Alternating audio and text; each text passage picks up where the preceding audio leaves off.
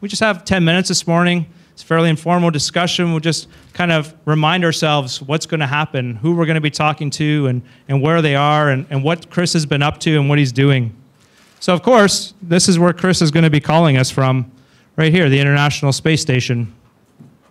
It's the size of a football field, and the astronauts live and work in these tin cans that are lined up right along the middle in kind of a T shape, with the T being at the back. And that volume that they live in, the 6 of them, is about equivalent to a 747. So they have quite a bit of room for the 6 of them to do their daily experiments and their work. But this is the man, the guy we get to chat with today. And these are great photos that show us where he's taking his awesome photos that we've been seeing in the news and on Twitter. This is the cupola. And the cupola is on the bottom of the space station. And so this pane of glass that's right here is parallel to the surface of the Earth. And then these other panes of glass, they go around in a 360-degree view, giving you a beautiful panoramic view of our planet. And of course, if you get close to the glass and look up, you can see the blackness of space, you can see the stars, and it just must be absolutely tremendous. Imagine what it's like to see with your own eyes. I'm a rookie astronaut. I've been training for about 3.5 years now, and I can't wait for my opportunity to go up there and just see this with my own eyes. I mean, the pictures are phenomenal. I can barely imagine what it's going to be like to see them for myself. Now, Chris is a special guy. This is somebody I've been following for a long time. I had the opportunity to meet Chris when I was in university on a few occasions. And he's the type of person who always takes time for you. If you have the opportunity to run into Chris, he'll be more than happy to spend a few minutes with you. I had some very specific and pointed questions about what it was like to be an astronaut and how I might find myself one day following in his footsteps. And Chris always put an effort into answering those questions for me. I was able to email him when I had questions about my degree program. I was trying to decide which one I was going to take. That's the Chris Hadfield I know. You know, a guy who's accomplished so much, but never forgets who he's doing it on behalf of. And so this is a great picture of Chris. He's achieved something great, and he's floating in space with a Canadian flag in the background, and I just think that's awesome. So in December, I just want to show you how he got there. In December, he was over in Kazakhstan, and this is where we launched the Russian Soyuz rocket out of. And this photo is taken of Chris. He's in his actual vehicle. That's the Soyuz vehicle that he flew up on. This is Chris on the back side of the picture, I guess at the top of the picture, if you will. And the photographer who took this photo was standing outside the capsule looking through the window on the right side of the capsule. And there's a window exactly opposite it right here on the left side. You can even see a head in the photo there looking into the capsule, just like the photographer is. And there's 3 people in the capsule. So here's Chris. And then here's the commander of the Russian Soyuz rocket, Roman Romanenko. And then Tom Marshburn is just right here at the bottom of the photo. It's just very dark. It's difficult to see. But Chris has some important responsibilities in the Soyuz vehicle. He's the left seater, which means he's essentially the co-pilot. And you can see he's operating some of the computer that's in front of him. This is where how you control the Soyuz rocket on the way to space. And this happened a few days before launch, what they call the fit check, where they actually have the astronauts get into the suit they're going to wear to go up to orbit. They crawl into the real vehicle through the tiny hatch at the top, lower themselves down, strap themselves in, make sure everything works. They run the vehicle through some tests. And then once that's all passed, they get out, and then they take that capsule and they put it on top of this rocket. And that capsule we just saw Chris sitting in is this portion of the rocket right here. And then a few days later, we light that, and we send it into space. And I see Ozzy smiling in the front because she saw it with her own eyes. She was over there, too. And it's just an incredible experience to see a rocket blast off. I mean, it's so powerful and so fast. And you're just like, man, that was the coolest thing I ever seen, but I wish it could come back around and do it again. And it happens so fast, and it's gone. And when you get to space, by the time you get there, all you're left with is this gets blown away, the shroud, the white thing covering it. The rest of the rocket, the fuel's been expended, and you're just left with the tiny top part of the capsule. And then a few days later, you catch up to space station, and you join your crew. So in Chris's case, there were already 3 people there. There was another American and 2 Russians, and this is Chris's crew. So we have Oleg here, Yevgeny, and Kevin Ford, who's the commander right now.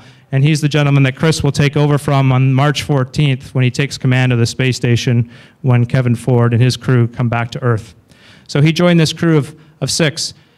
And someone sent me this photo, and I looked at it and I kind of chuckled, because aren't these guys too cool for school in this photo?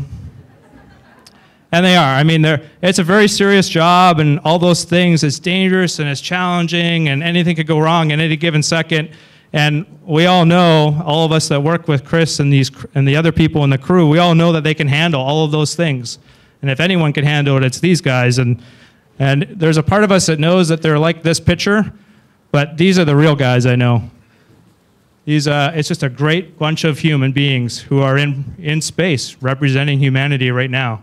And I just think it's awesome how much effort they put into bringing space back for all of us to share in.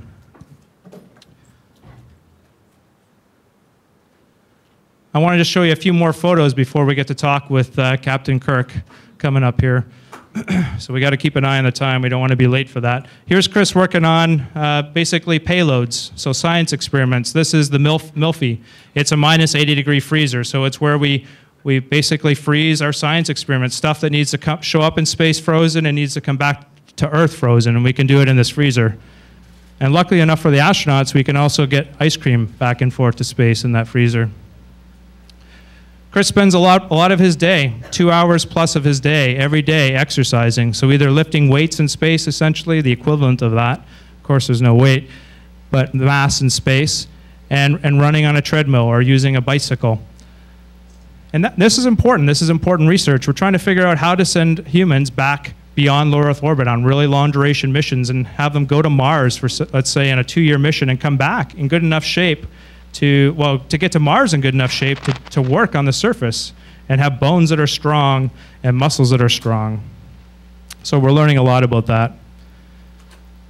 And here's a nice view of just inside the space station. This is the volume that Chris is working in. Here this is a cargo container. Basically, it's how we store stuff in space, because if you don't store it inside something, then it just floats all over and makes a huge mess. So we have all these containers. We call them CTBs. And here's Chris working on moving one around of some sort. Now, when Chris's mission is done, that tiny bit of the capsule will come back to Earth like this, underneath a parachute. But here's a reminder of where we're going to be seeing Chris from today. Orbiting our Earth, looking back at us right now, seeing these amazing things. And I love these photos that we get back from the astronauts that show us the extent of the Earth's atmosphere, how thin the Earth's atmosphere, that part that protects us from the harshness of space, that gives us water so we can grow crops, gives us air to breathe. And this is just such a unique perspective that's coming back to us from space. So are we still on time? Are we ready for the captain? So I'll just point out, we have the Canadian connection going on today, because right here is David St. Jacques, my counterpart. Houston. Are you ready for the event?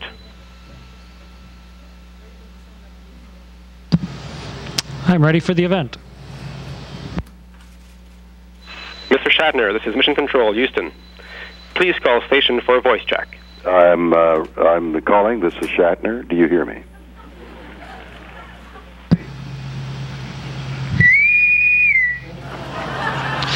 Mr. Shatner, this is the Space Research Vessel, ISS, in Earth orbit. And yes, I hear you loud and clear. How do you hear me? This is Chris Hadfield. Chris, I hear you loud and clear. It's such a pleasure to talk to you.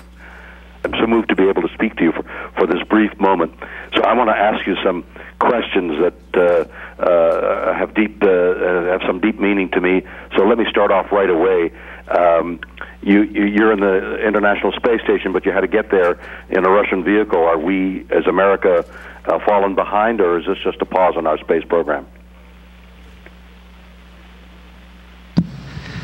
The space business is an extremely difficult one, and I think the best way to answer that question is to look at history.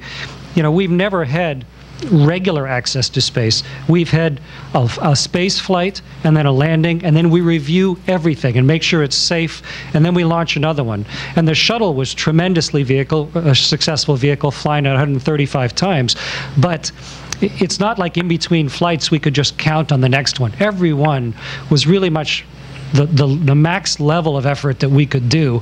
And so it went from Mercury to Gemini to Apollo to Shuttle, with many, many lulls in between. And the time it takes to build a new vehicle is quite long. So you could say we kind of lost our way in between every single launch, but in truth, that's not how it works. What it takes is an enormous effort of will and technical know-how to build a spaceship, and then to be brave enough to launch one, because you risk lives every time you do. And we're just right now in between vehicles, much as we were after Mercury, after Gemini, after Apollo. We're just in the after shuttle era right now. But fortunately, because of international cooperation, we're not grounded. And this place is built by the world and very much put together with the United States as the foreman. And fortunately, we didn't have to abandon it as we did Skylab, because we didn't have a vehicle or cooperation. Because of cooperation with other countries, people are here living and working, and the United States will build another vehicle, and that will come up here also. So it's by no means a lost way. It's just a natural path. I read that you have already volunteered to go on a Mars mission. Is that have any reality to it? And because of the nature of this brief time, let me add to that question. You volunteered to go, but isn't that a fearful operation? Isn't that fraught with such enormous difficulty and danger?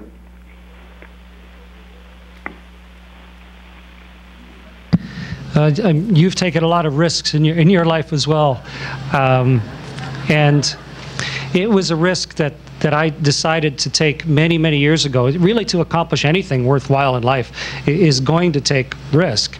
And even if you decide to stay at home and sit at your kitchen table, eventually the ceiling will fall, or there'll be a hurricane or a tornado. You can't live a worthwhile life without taking risks.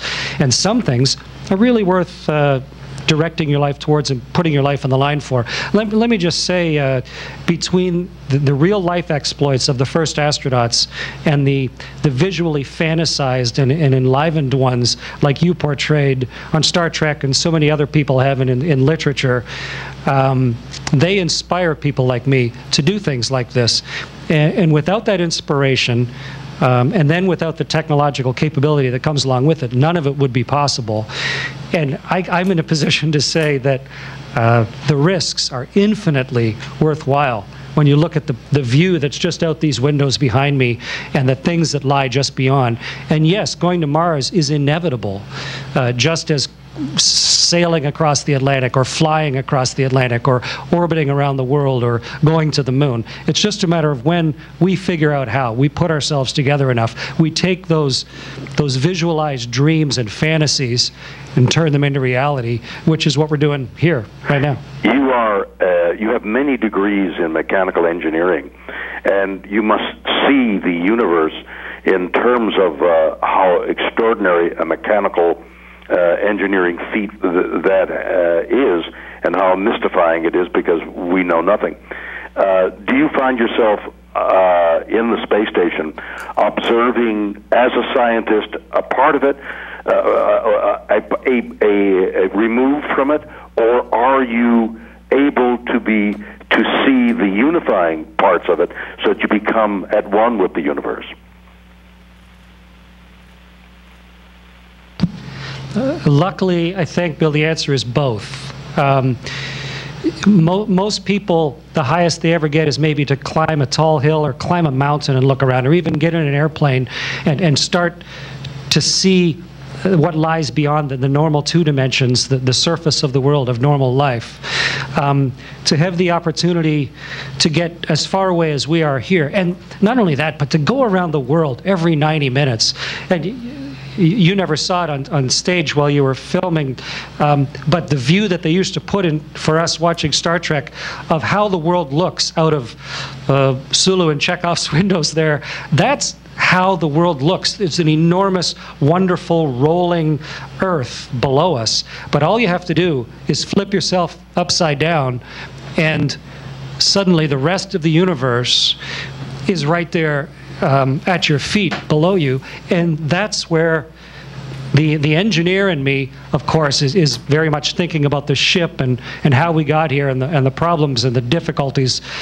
But the human within me recognizes what we are in between. We've gone from climbing a hill, getting in an airplane, to now actually being right on the cusp of permanently leaving our planet, to everything else that exists. And I feel hugely connected to that. It's what was inspired in me as a kid, and I've kind of directed my whole life. I became an engineer and a fighter pilot and a test pilot to try and gain the skills to maybe someday do this. And now I'm doing my absolute best to help people see that, to help us understand where we are kind of philosophically and historically in our increased human understanding of where we do lie in the universe. Right. Those are great big words for a lab technician on a space station. I know. I definitely get a sense of that all the time. It's inspiring to hear. Let me go back to a moment. You've tested many airplanes. You've been a test pilot, which is like the utmost of example of courage, in that you're flying something unknown and you don't know what characteristics it's going to have. How do you deal with the fear, which is also applicable to going up into space and returning, which is perhaps even more fearful? I read somewhere that you always knew your lines whenever you had a job in the acting profession. I have tried to always know my lines, whether it was as a fighter pilot or as an astronaut or as a test pilot. And the way I deal with fear is I try to define what it is that's scaring me. And what I'm scared most of is not knowing what to do next. You know, to be struck dumb on stage, or to be responsible for a vehicle and not know the right actions to take with my hands or with the spaceship. And so I spent almost my entire adult life making sure that I knew my lines, that when the Soyuz spaceship, which I helped fly up here, that I spent years, of course, learning to speak Russian and then learning to fly that spaceship. And even though it flew itself basically flawlessly up here, no matter what happened, Roman Romanenko and I were ready to jump in and fly it and take over and do it all manually and fly it home. And that's a terrifying thing initially, but after years of training where you practice everything right down to the nth detail, so you know you have the confidence that comes with that, then the fear diminishes. It feels like you're on the crest of a wave of ability, and that really diminishes fear. You've poised that perfectly as an actor who is fearful of the audience, but as long as you practice enough, you learn what to expect. The fear comes from something unexpected happening, like forgetting your words or an audience reaction that's unexpected. In my case, your face flushes and you get a sheen of flop sweat. In your case, you burn up. It's a little different. Yeah, well, in both cases, you go down in flames, but one's figurative and one is not. But my wife, Bill, my wife is actually, when people ask her if she's scared of what I do for a living, as you say, prior to this, I was a test pilot. That was a much more risky profession. I basically lost one good friend a year for the whole time that I was a professional high-performance pilot.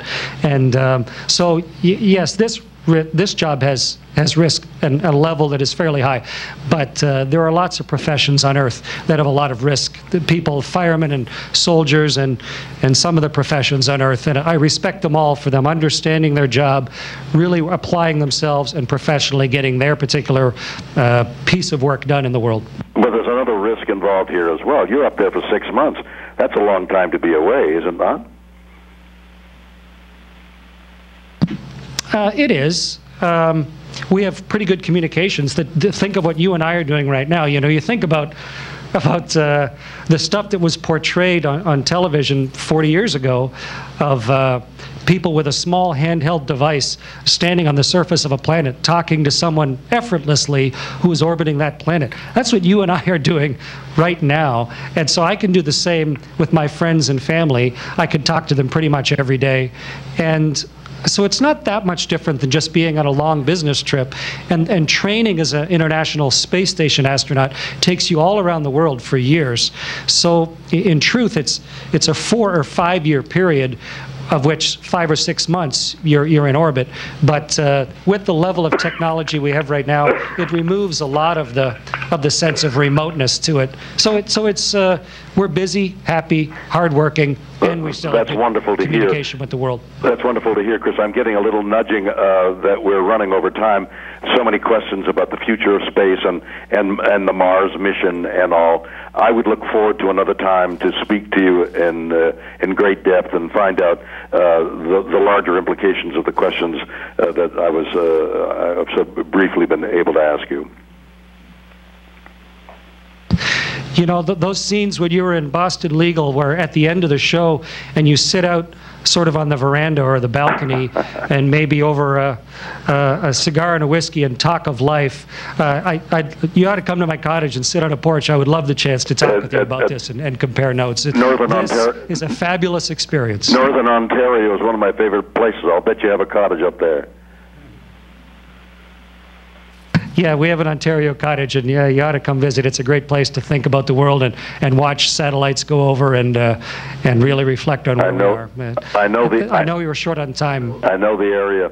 It's a pleasure, Chris. I look forward to meeting you in person and sitting down with a whiskey and a cigar. All right, very nice talking with you. Thanks very much, and all the best. Thank you. Same to you. Bye-bye. Station, this is Houston ACR. That concludes your conversation with Mr. Shatner. Please stand by for a voice check from CSA headquarters. Hello. Greetings, Chris. It's Jeremy here with you at our home, the Canadian Space Agency. How do you hear me? I'll take that as a yes. Jeremy, I have you loud and clear. Great to hear your voice, and hello to everybody in Saint-Hubert. Can you hear me okay? We've got you loud and clear too, Chris.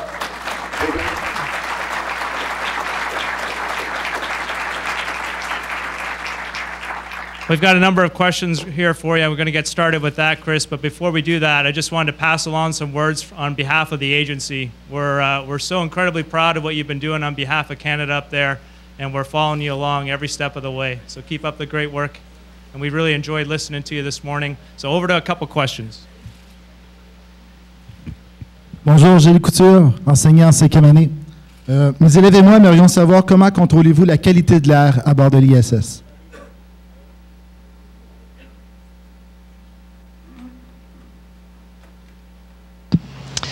La qualité de l'atmosphère, oui, et pour les élèves aussi, oui, c'est absolument un problème.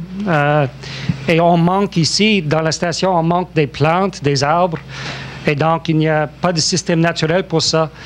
Donc, c'est peut-être le même comme dans un sous-marin, un vaisseau sous-marin. Nous avons les systèmes pour prendre les chimiques de l'atmosphère comme le CO2 ou le CO aussi, les gaz qui ne sont pas bons pour la santé. Il y a des systèmes pour filtrer ça et pour rafraîchir ça. Aussi, on prend de l'oxygène, de l'eau et de l'urine ici pour reprendre de l'oxygène pour notre santé. Et chaque vaisseau spatial qui arrive apporte une quantité d'oxygène et de nitrogène. Et avec ça, nous avons une atmosphère qui ressemble absolument à l'atmosphère sous Terre et bonne pour la santé, avec aucun problème. Et depuis combien d'années déjà?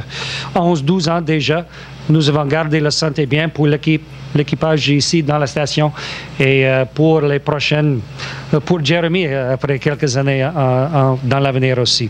Donc ça marche très bien. Merci. Hi Chris, this is Ryan Caverly.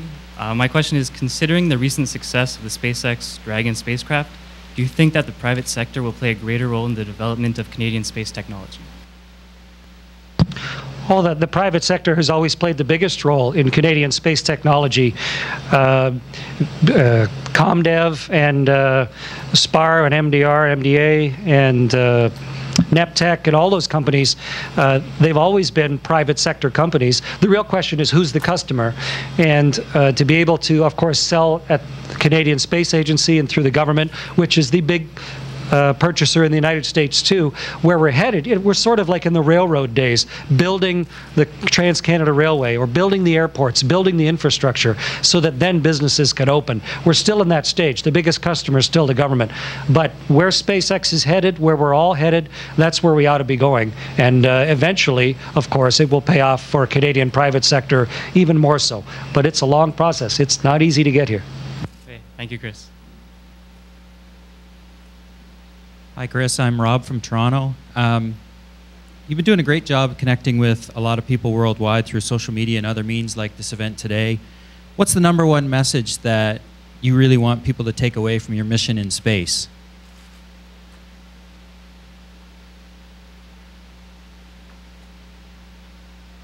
You know, people always ask, what's it like in space and what's your favorite thing?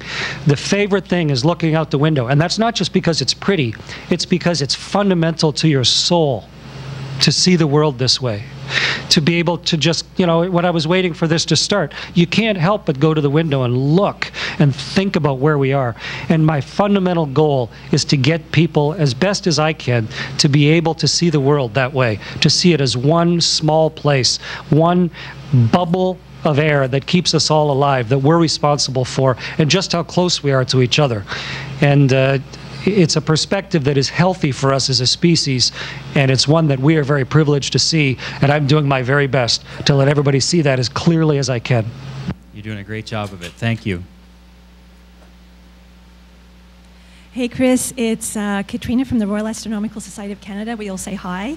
Astro YYZ here. Anyway, as an amateur astronomer, I'm interested in knowing what astronomical objects can be seen from the ISS, given you have so many lights around you, lights and machines. And is there anywhere dark you can go on station where you can look out and really get dark adapted and see what's out there?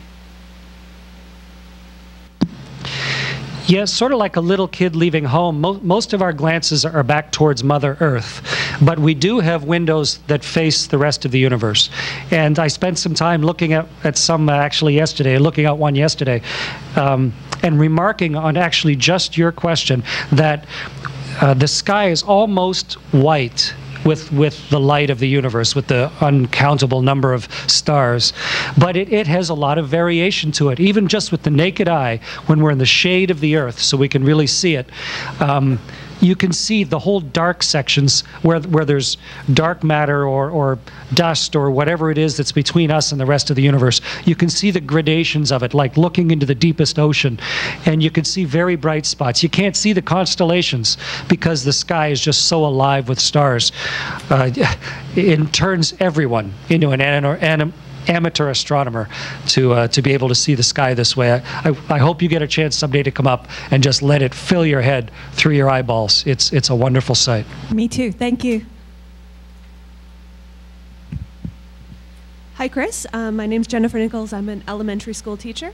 And the question I have for you today is, being in a position that so much attention is focused on you and what you have achieved on your career so far, what message you would like to give to the people down here or the students down here that can maybe see their dreams but don't have the self-confidence to follow them?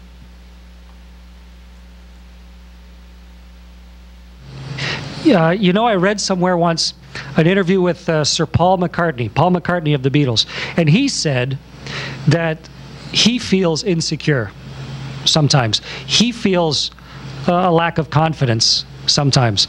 And he said to himself, gosh, if I feel that way, everybody must feel that way. And I really took something away from that. I thought, if one of the Beatles occasionally doesn't feel confident, doesn't have self-confidence, then that's universal. Everybody feels that way. And it's really only with each individual step of accomplishment that you start to build a sense of confidence in your own abilities. When I decided to be an astronaut, I had virtually no skills. I was 9 years old. But I thought, hey, I'm only 9. I'm not supposed to have very many skills yet, but I'm going to start working on it. I want to someday live on a space station. I want to command a spaceship. What do I do? How do I get there? And so I just every day started thinking about, well, how do I get there? What do I have to do? Well, I need to do well in middle school. I need to do well in high school. I need to understand what's going on. I need to learn to scuba dive. I need to not let my body get fat. I need to decide what I'm going to watch and read and just start turning myself into who I want to be. And with each one of those steps, learning to fly through the Air Cadets, each one of those little levels of accomplishment, I used to race downhill on various teams. With every small success comes a little bit of self-confidence and the things that you can accomplish, so that then when you're faced with a problem that's new to you, you can look at it and go, gosh, I don't know how to do that, but I'm pretty sure I'm going to be able to figure it out. And I treat everything the same way, whether it's learning to operate a camera like this one, which I'm not really all that good at, but I've learned well enough to be able to take some very good-looking pictures of the world, or to fly a spaceship, or to I mean, tomorrow I'm recording a song with, or playing a song with Ed Robertson and the Bare Naked Ladies. That's a pretty daunting thing, and those guys scare anybody. But you practice, and you learn, you prepare, and you think about it, and you visualize, and it's amazing. If you just take one little step of self-improvement at a time, where it can lead you and how much confidence it can give you. Thank you. Hi, Chris. My name's Laura Austin from Sarnia, Ontario. And I was wondering if fractures or wounds heal faster in zero gravity.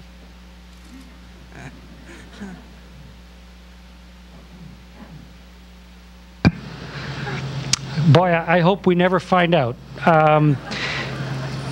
You know, living up here is quite different. It's a very sterile environment. I read somewhere that you're never more, on the surface of the Earth, you're never more than 10 feet away from a spider.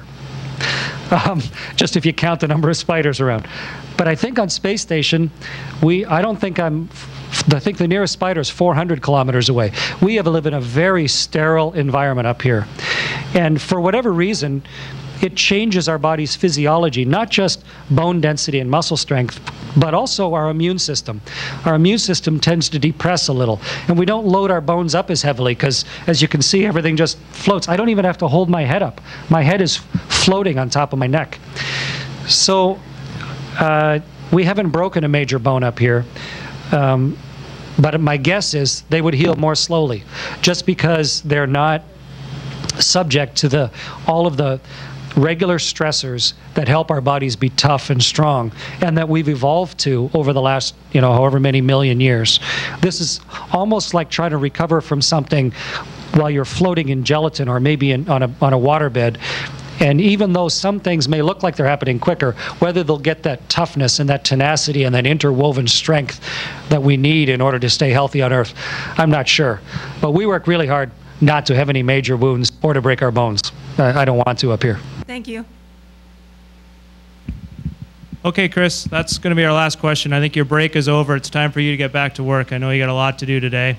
One big thank you to you from all of us here. We really appreciate it. And really, we only have one other word to describe what you're doing, and that's amazing. All the best to you. We'll talk to you again.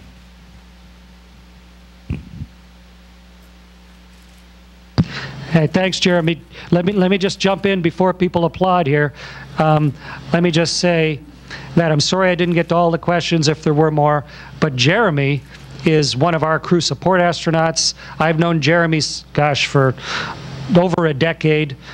He's immensely capable and qualified, and I'm sure he'll be able to answer your questions. And thank you very much, Jeremy, for coming all the way up to host today and for taking care of the visitors to the Space Agency. It's an amazing place, the Canadian Space Agency. It makes this possible. And so we take a lot of pride in it, and have a good look around today, everybody. Thanks a lot, Jeremy. Hi to everybody at the Space Agency, and I need to get back to work. Bye-bye.